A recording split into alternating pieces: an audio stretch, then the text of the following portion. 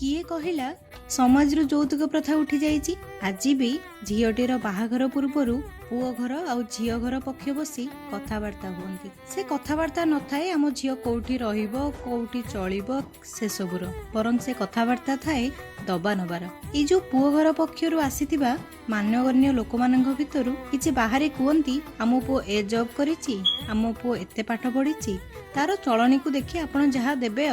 आउ किछि जण कुहन्ति आमको आपण कोन दउछन्ति जे आपण आपणक झियो चलिबा पई जहा जहा दरकार ताकू देबे।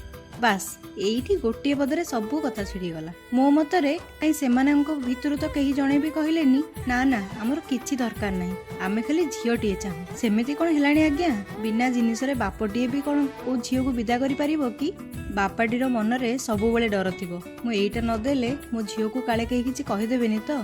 एइया भाबी भाबी बापा जनक लागी पड़ती जीवन जाकर रखिथिबा संपत्ति को बिकी भांगी যৌতুକ दबारे। एइटा होछि आजर समाज आज्ञा। एइटी किछि खाली रे हेइ जाएनी, किछि पाइबाकू हेले किछि दबाकू भी पड़े।